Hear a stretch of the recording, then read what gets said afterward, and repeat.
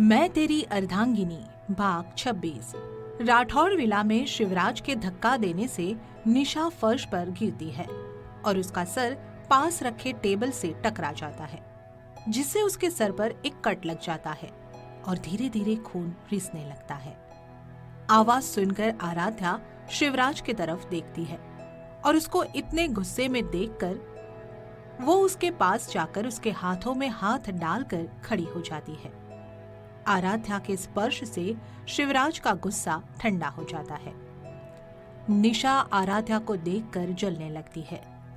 एक तो आराध्या का उससे ज्यादा खूबसूरत होना और दूसरा शिवराज के इतने करीब खड़ा होना, यह बात निशा को बिल्कुल पसंद नहीं आती और जलन और गुस्से में वह उठती है और शिवराज के एकदम करीब जाने की कोशिश करती है। एक बार फिर शिवराज उसे धक्का दे देता है, जिससे वह फर्श पर गिर जाती है। शिवराज गुस्से में गरजते हुए कहता है, आज के बाद ऐसी गिरी हुई हरकत मत करना। जितनी जल्दी हो सके यहाँ से दफा हो जाओ और आज के बाद कभी भी अपनी सड़ी हुई शक्ल हमें मत दिखाना। निशा उसकी बात का कोई जवाब नहीं देती, उल्टा उसे सवाल करती है, ये लड़की कौन है जो इस तरह तुम्हारे साथ मेरी जगह पर खड़ी है? आराध्या बड़े ही एटीट्यूड के साथ निशा के पास जाकर खड़ी हो जाती है और उससे कहती है, मिसेस आराध्या शिवराज सिंह राठौर, हुकुम सा की हुकुम सा, यही है हमारी असली पहचान। निशा हंसते हुए उठती है और आराध्या के गालों को बड़े प्यार से पकड़कर कहती है, ऐसा कभी हो ही नहीं सकता, ऐसा हो ही नहीं सकता कि शिवराज मेरी जगह किसी और को दे दे। आखिर में मैं हूं उसका पहला प्यार। मानती हूं कि मैंने गलती की, लेकिन वह आज भी मुझसे ही प्यार करता है और मुझे ऐसा लगता है तुम्हें यहाँ सिर्फ शिवांश के लिए लाया गया है, उसकी केयरटेकर बनाकर। और समाज इस बात को कोई गलत मतलब ना निकाले, इसलिए तुमसे शिवराज ने झूठी शादी की है और क्योंकि दुनिया की नजर में तुम शिवराज की पत्नी हो, इसलिए तुम्हें हुक्मरानी सा का ओहदा मिला है। But dear Aaradhya, I am back. तुम्हारी यह पहचान और तुम्हारा हुक्मरानी सा का पद बहुत जल्द तुमसे छिन जाएगा। रीजन भी बताती हूँ। रीजन ये है कि शिवराज आज भी सिर्फ मुझसे प्यार करता है और मेरे रहते वो तुम्हें कभी नहीं चुनेगा। भले ही निशा ने बेबुनियादी बात कही थी, लेकिन फिर भी उसकी बातों को सुनकर आराध्या की आंखों में नमी आ गई थी और बाकी सबको गुस्सा। निशा कुछ और बोलती तब तक उसके गालों पर शिवराज के हाथों का थप्पड़ पड़ चुका था। सन्न हो गई थी वह। हैरानी से वो शिवराज की तरफ देख रही थी, जो आराध्या का हाथ थामे गुस्से में देख रहा था। शिवराज कहता है, हमने आराध्या से कोई झूठी शादी नहीं की है।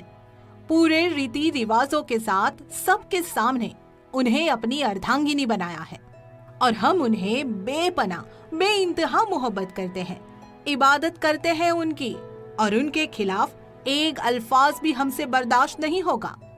निशा कहती है, पर तुम तो मुझसे प्यार करते थे ना? शिवराज जवाब देता है, बिल्कुल नहीं, हमें तुमसे कभी मोहब्बत हुई ही नहीं थी। बस नजरों का आकर्षण था जो वक्त रहते खत्म हो गया, लेकिन उस आकर्षण को हमने उस समय प्यार समझ लिया था और इसलिए आपसे प्यार की उम्मीद करते थे, लेकिन वो हमारा प्यार नहीं था। हमारा पहला और आखिरी प्यार आराध्या ही है। अब अगर आपको समझ आ गया हो तो आप यहाँ से जा सकती है। आराध्या निशा को देखकर कुछ सोच रही थी। उसके दिमाग में क्या चल रहा था, इसे पढ़ पाना नामुमकिन था। निशा रोने लगी और रोते रोते कहती है, क्या हमारी गलती इतनी बड़ी थी शिवराज कि तुमने मुझे अपनी जिंदगी से ही निकाल दिया? खैर, मैंने सच में बहुत बड़ी गलती तो कर ही दी थी।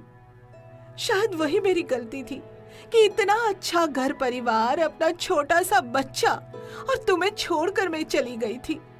और देखो ना, क्या मिला मुझे? जिसके लिए तुम्हें छोड़ा था उसने मुझे अपनाया ही नहीं, और माँ बाप अब वो भी नहीं रहे। मुझे लगा कि मैं अपनी गलती का पछतावा कर सकती हूँ, इसलिए वापस आ गई थी। लेकिन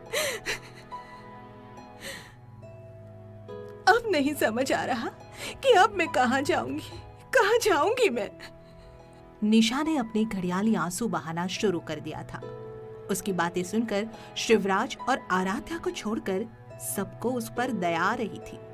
आराध्या कुछ सोचते हुए निशा से कहती है, तुम्हारी आंखों में मुझे पश्चाताप दिख रहा है।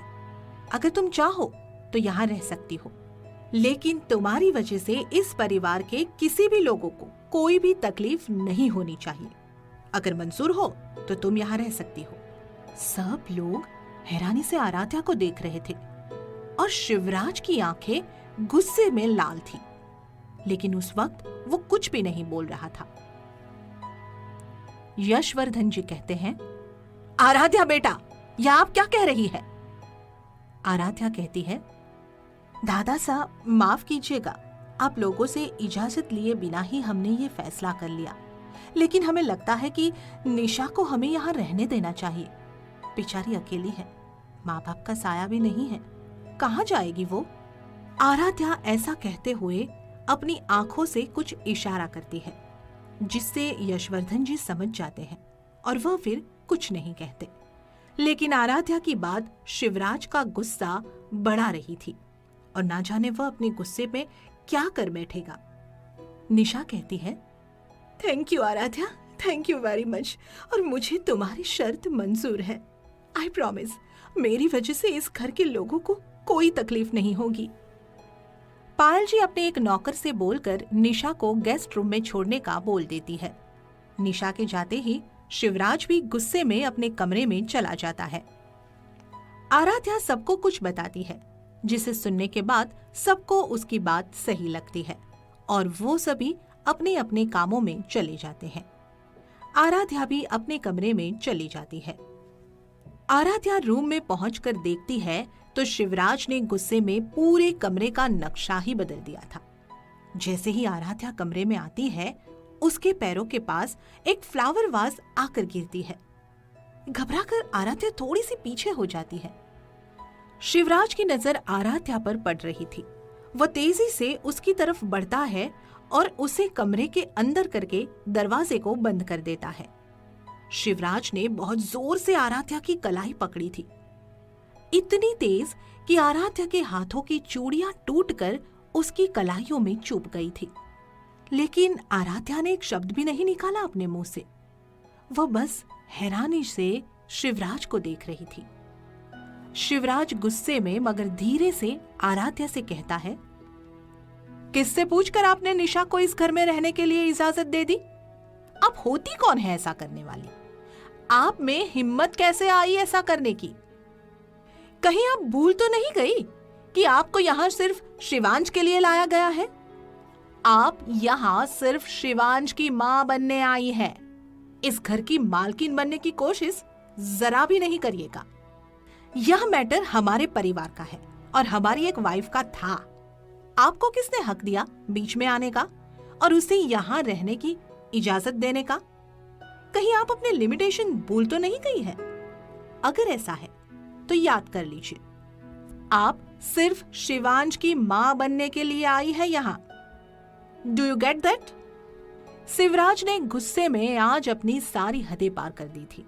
गुस्से में आज उसने आराध्या को बहुत बुरे तरीके से बात कर दी थी और उसे बहुत गलत भी बोल दिया था।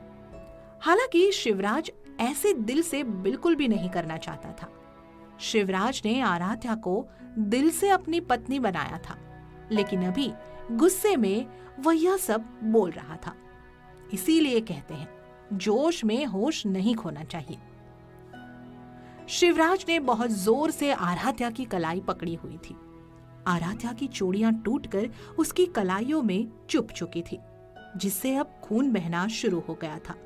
लेकिन इस बात पर ना तो आराध्या का ध्यान था और ना ही शिवराज का।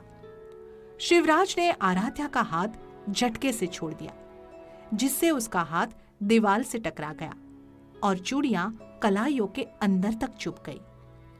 आराध्या की हल्की सी चोट और उसकी आंखों के आंसू शिवराज का जी जलाते थे, लेकिन आज गुस्से में शिवराज ने ना तो आराध्या की चोट पर ध्यान दिया और ना ही उसकी आंखों के आंसुओं पर। शिवराज बिना आराध्या की तरफ देखे हुए ही बालकनी में चला जाता है। आराध्या की आंखों से आंसू रुकने का नाम ही नहीं ले रहे थे और उसके हाथों में भी बहुत दर्द हो रहा था, लेकिन इन सब को नजरअंदाज करके आराध्या शिवराज के पीछे जाती है। आराध्या रोने की वजह से ठीक से बोल नहीं पा रही थी, फिर भी उसने अपनी बात कही। सॉरी, हम भूल गए थे कि हम यहाँ सिर्फ शिवांश की माँ बनने आए थे। सॉरी, हम अपनी लिमिटेशंस भूल गए थे। हमें इस घर की किसी भी मैटर पर बोलने का कोई हक नहीं है, ये हम भूल गए थे। इन 2 सालों में निशा ने कभी भी वापस मुड़कर नहीं देखा, लेकिन आज इसका अचानक से यहाँ आ जाना हमें खटक रहा था। हमें ऐसा लग रहा था कि वो जरूर कोई ना कोई प्लानिंग करके चल रही होगी हमारे खिलाफ। सॉरी, आपके और आपके परिवार के खिलाफ। इसलिए हमने उसे यहाँ रहने की इजाजत दी, ताकि अगर वो यहाँ रहेगी तो हम उस पर अपनी नजर रख पाएंगे और उसका प्लान फेल कर पाएंगे। आई एम सॉरी, हमने इस परिवार के मैटर पर बोला। आइंदा से ध्यान रखेंगे। हम इन सब से दूर ही रहेंगे। आफ्टर ऑल आपका परिवार है, आप अच्छे से जानते हैं कि उनको कैसे सुरक्षित रखना है। Once again I am very sorry mister Rathore. Aaradhya ने अपनी बात कही और वो वहां से चली गई। उसकी बोली हुई एक एक बात शिवराज के सीने में तीर की तरह चुभी थी। हम भूल गए थे कि हमें यहाँ सिर्फ शिवांश की माँ बनकर लाया गया था। सॉरी, हम अपनी लिमिटेशंस भूल गए थे। इस घर की मैटर पर बोलने का हमारा कोई हक नहीं है, आपके और आपके परिवार के खिलाफ। आफ्टर ऑल आपका परिवार है मिस्टर राठौर। आराध्या की कही ये सारी बातें शिवराज के कानों में गूंज रही थी और उसे अपनी बोले हुए वाक्य भी याद आने लगे थे। शिवराज निराशा से अपने मन में सोचता है, ओह शिट, ये हमने क्या कर दिया। उस निशा का गुस्सा हमने अपनी जान पर निकाल दिया। कितनी गलत गलत बातें बोली उनसे और वह हमारी भलाई सोच रही थी। हे भगवान, हम कैसे सामना करेंगे आराध्या का। इतनी तकलीफ हमने उन्हें पहुंचाई है अपनी बातों से।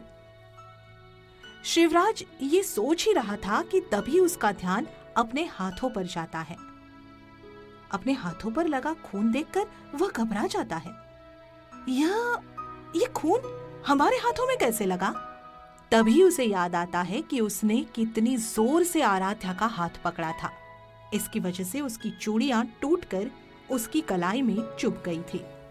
शिवराज सोचता है, हे भगवान, इनके आंसू और उनकी चोट हमारा जी जलाते हैं और हमने उन्हें यह आंसू और चोट दे दिए।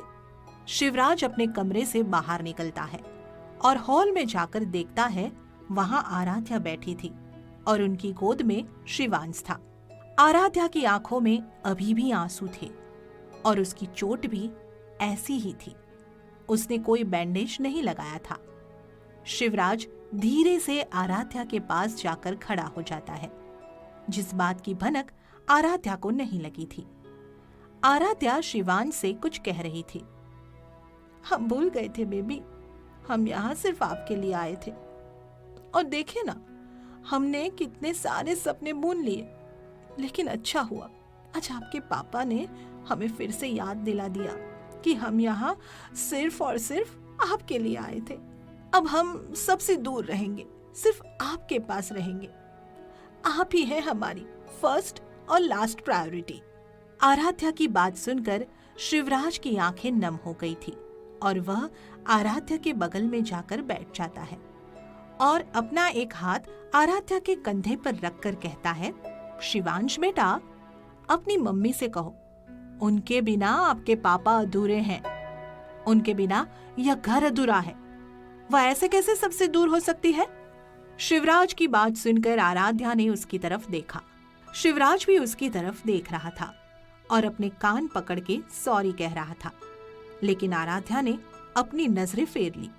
एक बार फिर उसकी आंखें नम हो गई। शिवराज आराध्या से कहता है, जान, आई एम सॉरी। उस वक्त पता नहीं क्या क्या कह दिया, लेकिन आप तो जानती है ना, हमारा ऐसा कोई मतलब नहीं है।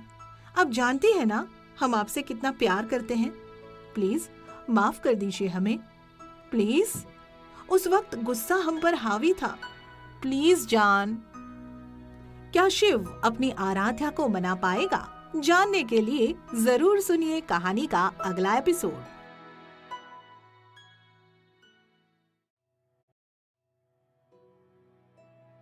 मैं तेरी अर्धांगिनी भाग 27। राठौर विला में शिवराज आराध्या से माफी मांग रहा था और आराध्या चुपचाप उसकी तरफ देखे जा रही थी। शिवराज कहता है, हमें माफ कर दीजिए ना जान, हम गुस्से में अपनी हदें भूल गए थे। हमारा इरादा आपको तकलीफ देने का नहीं था। उस वक्त हम निशा का गुस्सा आप पर निकाल दिए। जान, it's just a heat of the moment. I am really sorry for my behaviour. Aaradhya शांत थी। उसने अब तक एक भी शब्द नहीं कहे थे। हाँ, मगर उसकी आंखों से आंसू बह रहे थे, जो इस बात की गवाही दे रहे थे कि शिवराज की बातों ने उसे किस हद तक तकलीफ पहुंचाई थी। आराध्या शिवांश को लेकर अपने कमरे में चली जाती है। उसके पीछे पीछे शिवराज भी चला जाता है। शिवराज आराध्या के फ्री होने का इंतजार कर रहा था। आराध्या शिवांश को थपकी देकर सुला रही थी। शिवांश थोड़ी देर में ही सो गया। उसके सोने के बाद आराध्या उठकर कमरे से बाहर जाने लगी, लेकिन शिवराज ने उसका हाथ पकड़ लिया और उसे अपनी तरफ खींच लिया। अचानक ऐसे खींचे जाने से आराध्या समझ नहीं पाई और शिवराज के सीने से जा लगी। शिवराज ने उसकी कमर में हाथ फंसा के उसे अपनी ओर खींचा और ज्यादा करीब कर लिया। आराध्या सर उठाकर शिवराज की तरफ देखती है। शिवराज की नजरें भी आराध्या की तरफ थी। शिवराज को प्यार से अपनी तरफ देखता हुआ पाकर वो उसकी बाहों में कसमसाने लगती है। वह खुद को शिवराज की पकड़ से छुड़ाने की जद्दोजहद कर रही थी, लेकिन उसकी हर कोशिश पर शिवराज अपनी पकड़ कस रहा था। शिवराज कहता है, अब माफ कर दीजिए ना जान, हो गई गलती। आराध्या कहती है, हम आपसे नाराज नहीं हैं, क्योंकि आपने कुछ गलत नहीं कहा है। ये मैटर आपका और आपके परिवार का है, इसमें बोलने का हमारा कोई हक नहीं है। आपने तो हमारी लिमिटेशंस याद दिलाई है, जो कि बिल्कुल सही है। शिवराज कहता है, ये घर भी आपका है और इस घर के लोग भी आपके हैं, हम भी आपके हैं, और हमारी सारी खुशियां और दुख सब में आप बराबर की हकदार हैं। इस घर के किसी भी मैटर में आपको बोलने का पूरा हक है, समझिए आप। उस वक्त हम गुस्से में थे, इसलिए कुछ ज्यादा ही बोल दिया, समझिए आप। आराध्या कुछ कहती उससे पहले ही शिवराज ने उसके होठों पे अपने होठ रख दिए। आराध्या के हाथ शिवराज के कंधे पे कस गए थे और उसकी आंखें बंद हो चुकी थी। शिवराज अब भी आराध्या को ही देख रहा था। जब आराध्या को सांस लेने में तकलीफ होने लगी, तब जाकर शिवराज ने उसके होठों को आजाद कर दिया, लेकिन अभी भी उसे छोड़ा तो नहीं था। आराध्या की नजरें नीची थी। उसने शिवराज की तरफ नहीं देखा था। शिवराज उसे अपने और करीब कर लेता है। आराध्या उसकी तरफ देखती है। शिवराज की आंखों में उसे बहुत सारा प्यार दिखाई दे रहा होता है। आराध्या कहती है, छोड़िए ना हमें, ऑफिस का कुछ काम पेंडिंग है, उसे खत्म करना है शिवांश के उठने से पहले। शिवराज कहता है, ऑफिस का काम तो हमें भी करना है जान, लेकिन उससे भी ज्यादा जरूरी है आपकी माफी। माफ कर दीजिए जान, अब ऐसी गलती हम दोबारा कभी नहीं करेंगे। आराध्या एक नजर शिवराज को देखती है और उसके गले लग जाती है। आराध्या गले लगते हुए कहती है, आपसे नाराज तो हम रह भी नहीं सकते हैं शिव। आपकी बातों ने हमें बहुत हर्ट किया था, लेकिन आपका इस तरह हमें मनाना हमारे गुस्से को पिघला गया। शिवराज एक बार फिर आराध्या को अपने गले लगा लेता है।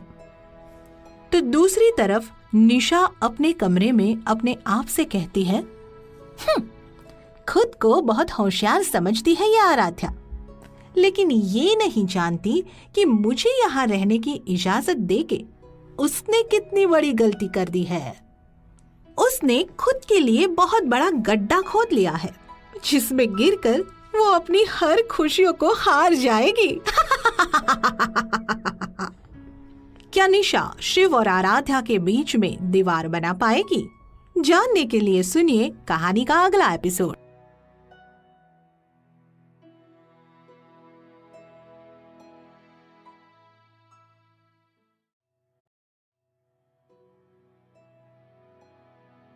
मैं तेरी अर्धांगिनी भाग 28। निशा विक्रांत से फोन पर बात कर रही होती है। विक्रांत बोलता है, हेलो, तुम वहां जाके अपना मकसद तो भूल नहीं गई ना? निशा कहती है, मैं कुछ नहीं भूली हूँ, मुझे सब याद है, लेकिन कुछ भी करने से पहले मुझे इन लोगों के भरोसे को जीतना पड़ेगा। सही कर रही हो तुम। वैसे तुम्हें उस घर में रहने की इजाजत कैसे मिली? शिवराज ने तुम्हें उस घर में घुसने कैसे दिया? निशा ने कहा, शिवराज की बेवकूफ वाइफ ने, उसे मेरे आंसू पे तरस आ गया था। अच्छा है, तुम उन लोगों का भरोसा जीतो और मैं जल्द ही शिवराज के सामने आने की तैयारी करता हूँ। बहुत लड़ लिया छुप छुप के, अब सामने आने की बारी आ गई है। शाम के समय राठौर विला में सब लोग हॉल में बैठे हुए चाय पी रहे थे। शिवराज और आराध्या एक साथ बैठे हुए अपने ऑफिस का कुछ काम कर रहे थे। तभी निशा नीचे आती हुई दिखती है। उसकी नजर जब साथ बैठे हुए शिवराज और आराध्या पर पड़ती है तो उसका मुंह बन जाता है। निशा अपने आप से कहती है, बहुत जल्द वो जगह मेरी हो जाएगी आराध्या, और तुम इस घर से आउट हो जाओगी, आउट। जानकी जी निशा को देखते हुए कहती है, अरे निशा, वहां क्यों खड़ी हो, यहाँ आके बैठ जाओ। निशा हॉल में रखे सिंगल सोफा पे बैठ जाती है और उसकी नजर लगातार शिवराज और आराध्या की तरफ ही थी। शिवराज कहता है, जान, अब बस भी कीजिए ना, कितना काम करेगी आप? आराध्या कहती है, क्या हो गया है आपको शिव? अपने काम को इतना सीरियस लेने वाला इंसान को अब इतना सा काम भी कितना सारा लग रहा है। शिवराज कहता है, ये सब आपकी वजह से हो रहा है जान। आपकी वजह से हम कहीं और कंसंट्रेट ही नहीं कर पाते हैं। आपकी हर एक बात, हर एक अदा हमें आपकी तरफ आकर्षित करती है। अब आप ही बताइए, क्या करें हम? आराध्या शिवराज की बात सुन के कुछ कह तो नहीं पाती है, लेकिन उसके गाल लाल टमाटर की तरह होके इस बात का सबूत दे रहे थे कि शिव की बातों ने उसे शर्माने पे मजबूर कर दिया था। शिवराज ने मुस्कुराते हुए लैपटॉप बंद कर दिया था।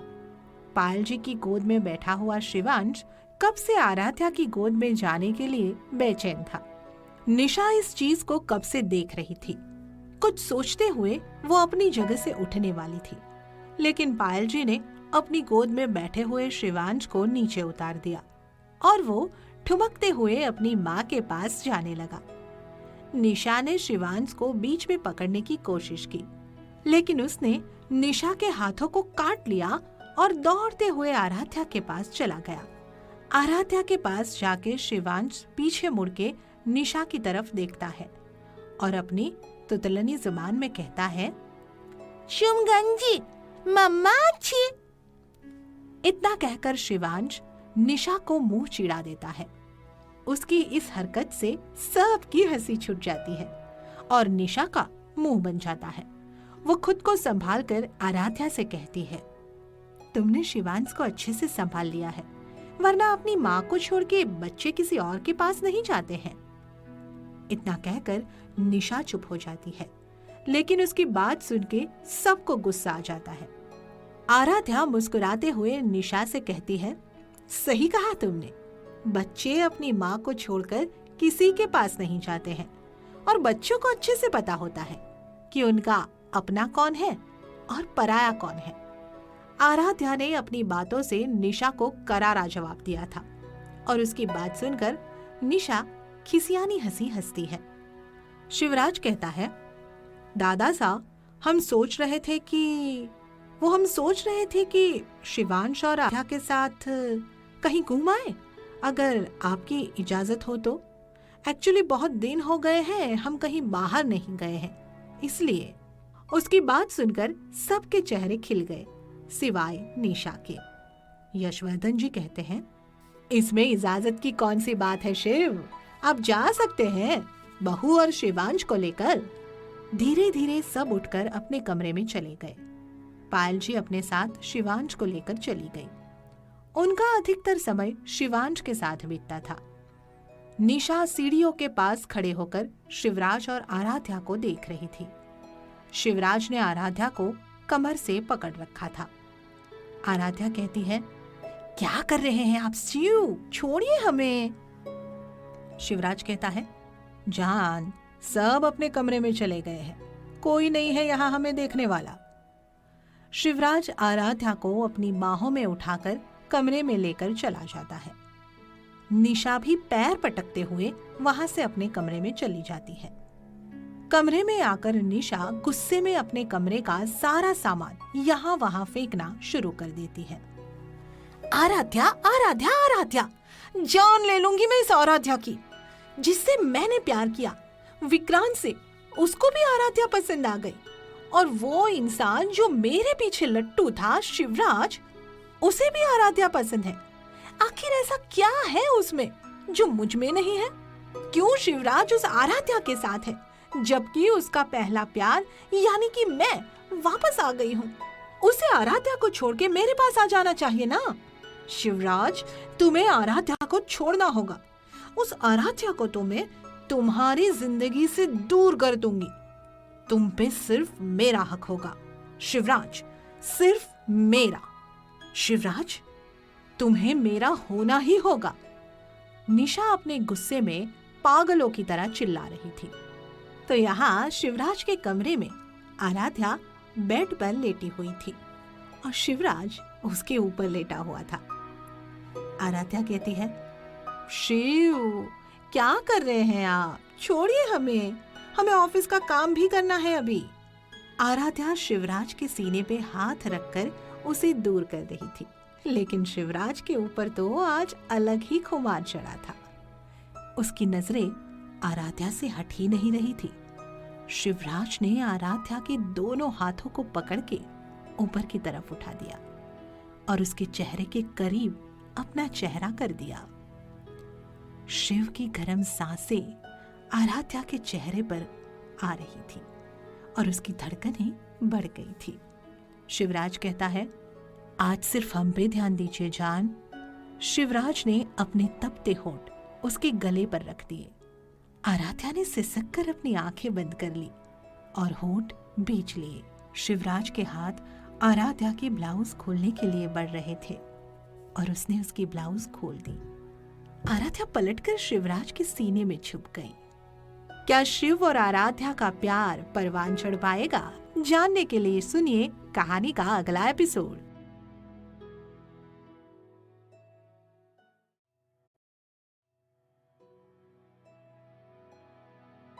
मैं तेरी अर्धांगिनी, भाग 29। शिवराज के कमरे में आराध्या को बिस्तर पर लेटाकर शिवराज खुद उसके ऊपर लेटा हुआ था। आराध्या कहती है, शिव, छोड़िए ना हमें, ऑफिस का काम भी करना है हमें अभी। शिवराज पे आराध्या की किसी भी बात का कोई भी असर नहीं हो रहा था। आज उस पे एक अलग ही खुमार चढ़ा हुआ था। शिवराज कहता है, आज सिर्फ हम पर ध्यान दीजिए जान। शिवराज अपना चेहरा आराध्या के गले के पास कर सांस लेता है। आराध्या के बदन की खुशबू शिवराज को पागल कर रही थी। शिवराज ने एक नजर आराध्या को देखा, फिर अपने तपते होंठ उसके गले पर रख दिए। शिवराज का स्पर्श पाके आराध्या सिहर गई। उसकी पकड़ शिवराज के कंधे पे मजबूत हो गई थी। शिवराज के होंठ धीरे धीरे आराध्या के कंधे पे आ रहे थे और उसने आराध्या का हाथ अपने कंधे से हटा के बेड पर रख दिया और अपने हाथों से पकड़ लिया। दोनों की सांसें एक दूसरे में मिल रही थी। शिवराज ने अपने होंठ आराध्या के होठों से मिला दिए। कमरे में उनकी बढ़ी हुई सांसें और तेज चल रही धड़कनों का शोर था। आराध्या ने शिवराज को खुद से दूर कर करवट बदल ली। उसने चादर को पकड़ रखा था। वो अपनी धड़कनों को संभालने की कोशिश कर रही थी। शिवराज ने उसके ब्लाउज की डोरी को खोल दिया। आराध्या पलट के शिवराज के सीने से जा लगी। शिवराज ने सर्द आवाज में कहा, आई वॉन्ट यू जान। शिवराज की बात सुन के आराध्या की धड़कनें एक बार फिर तेज हो गई थी। शिवराज ने अपने होंठ आराध्या के होठों से मिला दिए थे। उसके हाथ आराध्या के पूरे बदन पे चल रहे थे। एक जगह आकर उसके हाथ रुक गए। शिवराज ने उसकी तरफ देखा। आराध्या ने भी उसकी तरफ देखा। शिवराज के हाथों का दबाव आराध्या पर कसता जा रहा था। आराध्या के मुंह से आह निकल गई थी। एक एक करके दोनों के बीच की शर्म की सारी दीवारें टूटती चली गई और आज दोनों सही मायने में एक हो गए। प्यार के पलों को जीकर न जाने दोनों कब थक कर एक ही चादर में लिपटे हुए एक दूसरे की बाहों में सो गए। प्यार के सुनहरे सपनों में खोए हुए दो प्रेमी आज तो प्यार की नींद में सो गए हैं। अगली सुबह उनके जीवन में क्या लाएगी, जानने के लिए जरूर सुनिए कहानी का अगला एपिसोड।